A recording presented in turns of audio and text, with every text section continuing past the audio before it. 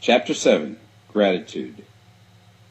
The illustrations given in the last chapter will have conveyed the fact that the first step towards getting rich is to convey the idea of your wants to the formless substance. This is true, and you will see that in order to do so, it becomes necessary to relate yourself to the formless intelligence in a harmonious way.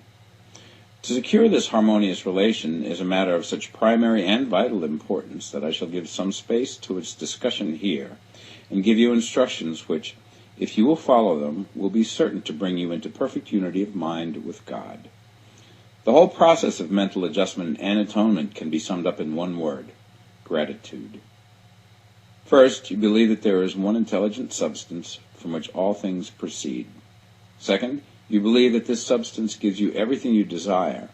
And third, you relate yourself to it by a feeling of deep and profound gratitude. Many people who order their lives rightly in all other ways are kept in poverty by their lack of gratitude. Having received one gift from God, they cut the wires which connect them with Him by failing to make acknowledgement. It is easy to understand that the nearer we live to the source of wealth, the more wealth we shall receive. And it is easy also to understand that the soul that is always grateful lives in closer touch with God than the one which never looks to Him in thankful acknowledgement. The more gratefully we fix our minds on the Supreme when good things come to us, the more good things we will receive, and the more rapidly they will come. And the reason simply is that the mental attitude of gratitude draws the mind into closer touch with the source from which the blessings come. If it is a new thought to you that gratitude brings your whole mind into closer harmony with the creative energies of the universe, consider it well, and you will see that it is true. The good things you already have come to you along the line of obedience to certain laws. Gratitude will lead your mind out along the ways by which things come, and it will keep you in close harmony with creative thought and prevent you from falling into competitive thought. Gratitude alone can keep you looking towards the all, and prevent you from falling into the error of thinking of the supply as limited, and to do that would be fatal to your hopes. There is a law of gratitude, and it is absolutely necessary that you should observe the law if you are to get the results you seek. The law of gratitude is the natural principle that action and reaction are always equal, and in opposite directions.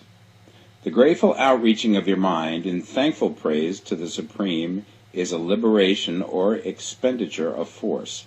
It cannot fail to reach that to which it is addressed, and the reaction is an instantaneous movement towards you. Draw nigh unto God, and He will draw nigh unto you. That is a statement of psychological truth. And if your gratitude is strong and constant, the reaction in formless substance will be strong and continuous. The movement of the things you want will always be towards you. Notice the grateful attitude that Jesus took. How He always seemed to be saying, "I thank Thee, Father, that Thou hearest me." You cannot exercise much power without gratitude, for it is gratitude that keeps you connected with power. But the value of gratitude does not consist solely in getting you more blessings in the future.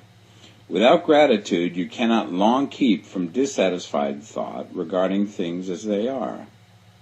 The moment you permit your mind to dwell with dissatisfaction upon things as they are, you begin to lose ground. You fix attention upon the common, the ordinary, the poor, and the squalid and mean, and your mind takes the form of these things. Then you will transmit these forms or mental images to the formless, and the common, the poor, the squalid, and mean will come to you. To permit your mind to dwell upon the inferior is to become inferior, and to surround yourself with inferior things. On the other hand, to fix your attention on the best is to surround yourself with the best, and to become the best. The creative power within us makes us into the image of that to which we give our attention. We are thinking substance, and thinking substance always takes the form of that which it thinks about.